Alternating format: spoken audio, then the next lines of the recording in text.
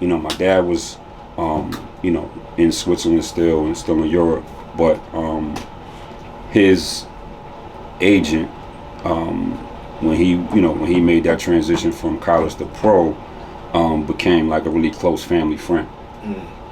Arnie Jacobs, God bless the dead, and that became my godfather. Okay. Arnie Jacobs was a instrumental piece for Round Ball Enterprises back in the days, which was a sports agency.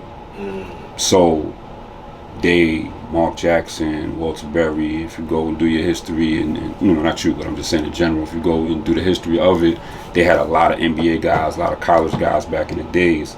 And Arnie used to just, always be around those guys. So I was able to see firsthand, like, college runs, pro runs, just sit there and watch, right? But take it in and see how pros moved around, what it took to get from high school to college, things of that nature. So that experience from, I can't even tell you when, I started to kind of be around that, man, probably even before 10 years old, maybe 7, 8 years old, me seeing that and being around that was just like, I could probably write a book on just that period, what I mean? Because it was so many guys coming in the gym. And back then they had like summer runs, it was just open to, the best high school, college, and pro players, and they used to have them downtown at these different facilities. But I was able to kind of see, because Arnie was kind of recruiting and they were bringing people into Round Ball Enterprises and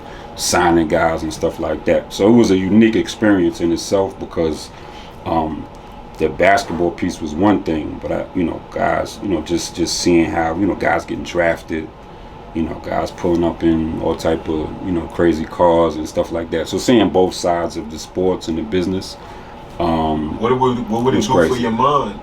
Speaking of that, like, what would it do for your mind? What would it feed you, being able to be a spectator to all of that at such an early age? Yeah, no, it was crazy. Like I think at first it's like, you're like, wow, you know what I mean? Because this is stuff that, other kids are dreaming of being around and seeing and stuff like that. And then it started to make sense. Like, okay, this is what guys have to do. This is, guys aren't necessarily eating all this fast food. They're taking care of their bodies. They're in the weight, back then they were just starting to get into the weight room. So, just different little tidbits I took with me. And then by the time I got to high school, I kind of figured out it was all about the work.